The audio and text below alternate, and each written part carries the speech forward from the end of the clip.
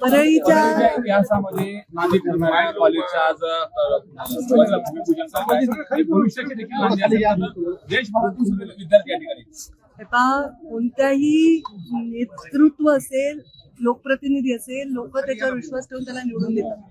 जेव्हा या परळीमध्ये राजकारणाची सुरुवात मुंडे साहेबांनी केली तेव्हा पण या परळीच्या विकासामध्ये एक एक गोष्ट ते वाढवत गेले. या ठिकाणी त्यांनी कारखाने काढले, वेगवेगळ्या सोयी सुविधा केल्या. मग आता अजून जग वाढलंय. आता आम्ही काय केलं पाहिजे? आता आपल्या मुलं, जी तरुण पिढी आहे, त्यांना शिक्षणासाठी बाहेर जावं लागतं. या भागातच जर सोय झाली तर या भागात रोजगार येईल, बाहेरचे विद्यार्थी येतील, नुसते जे राज्यातले नाही देशभरातले येतील. त्यामुळे हे सुंदर काम आमच्या हातून होत आहे या भागाच्या सेवेसाठी. आणि याला स्वर्गीय अजितदादांनी एका क्षणात निधी दिला, एक बारामतीला एक परळीला. राज्यात फक्त 2च कॉलेज मंजूर झाली. मला खरं तर त्यांच्या हस्ते उद्घाटन करायचं होतं, पण साक्षात आज त्यांच्या धर्मपत्नी आल्या, म्हणजेच दादा आले आणि सन्माननीय मुख्यमंत्री पण येणार होते. पण मध्ये आचारसंहितेमुळे आम्हाला 2दा डेट बदलावी लागली. आता ते म्हणाले मी लोकार्पणाला येतो, तुम्ही भूमिपूजन करा. आता या कृषी कॉलेज सन्माननीय धनंजय मुंडे यांनी आणलंय, प्रीतमताईंनी तर रेल्वे आणली, नॅशनल हायवे आणली. आमचा सर्व परिवार हा जेव्हा जेव्हा आम्हाला ती संधी मिळते आम्ही लोकांसाठी काहीतरी करून ते कामातून उरलं पाहिजे अशा भावनेनी मुंडे साहेबांनी आमच्यावर संस्कार केलेले आहेत. तर ते करतोय, प्रयत्न करतोय. मात्र एकंदरीत जर बघितलं राज्याच्या राजकारणामध्ये आज पृथ्वीराज बाबांनी देखील एक वक्तव्य केलं की मुंडे साहेब हे काँग्रेसमध्ये येणार होते, तशी बैठक देखील झाली होती. अहमद पटेल यांनी त्यांच्या बैठकीत आता काय करायचं त्याबद्दल? आता त्याचा एव्हिडन्स, त्याचं काही सिग्निफिकन्स नाही. मुंडे साहेब आता हयात नाही आहेत आणि त्यामुळे आता त्यांच्याविषयी काही आता वक्तव्य आम्ही करणं जे तिथे उपस्थित नाही ते उचित नाही आणि त्याचं आता औचित्य नाही. मुळात असं काही तुमच्या काय करणार आहे तुम्ही? त्याचं काय एवढा विकास घालवला का? 500-600 कोटी कुणी नसणाऱ्या माणसाचं वक्तव्य आज काढणं आणि त्याचा दाखला देणं, अरे हो, त्यांनाच विचारतोय मी की त्यांनाही सोबत ते काही म्हणले असतील ते मी त्याला त्या ठिकाणी माझं उपस्थिती नसेल ते स्टेटमेंट मी देत नाही. आणि मी उपस्थित असले तरी त्या व्यक्तीचं प्रायव्हेट गोष्ट बोलणं सगळ्यांसमोर हे मला वाटतं उचित नाही. त्याबद्दलच माझ्या टिप्पणी करता येणार मी नव्हते. पण मला जे माझे वडील कळले ते या कमळातच जन्मले आणि कमळातच ते विसावलेले आहेत. आणि हे त्यांची पूर्ण जी जर्नी आहे ती जर्नी आहे.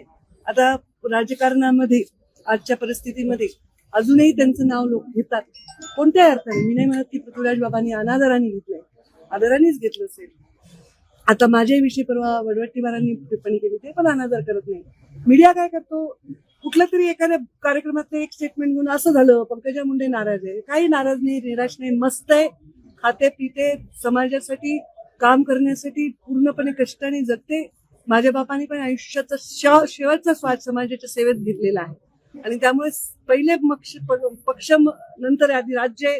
आमच्या पक्षाची शिकवण आहे, आधी राष्ट्र आहे मग पक्ष आहे. ज्या संघटनेला मुंडे साहेबांनी एवढा मोठा वटवृक्ष बनवला, त्या मुंडे साहेबांनी त्या संघटनेला जे दिले त्यानंतर मला वाटत नाही की अशा पद्धतीने त्यांच्याविषयी विचार आता करण्याची आवश्यकता. विरोधी पक्षातील काँग्रेस असेल वारंवार अशा पद्धतीने जे स्टेटमेंट तुमच्या बाबतीत असेल किंवा माझ्या बाबतीत त्यांनी जे स्टेटमेंट केलं ते तुमच्यामुळे केलं. तुम्ही असा बूम लावला त्यांना आणि विचारलं की पंकजा मुंडे नाराज आहेत, निराश आहेत. तुम्ही मला विचारलं का मी नाराज आहे का निराश आहे?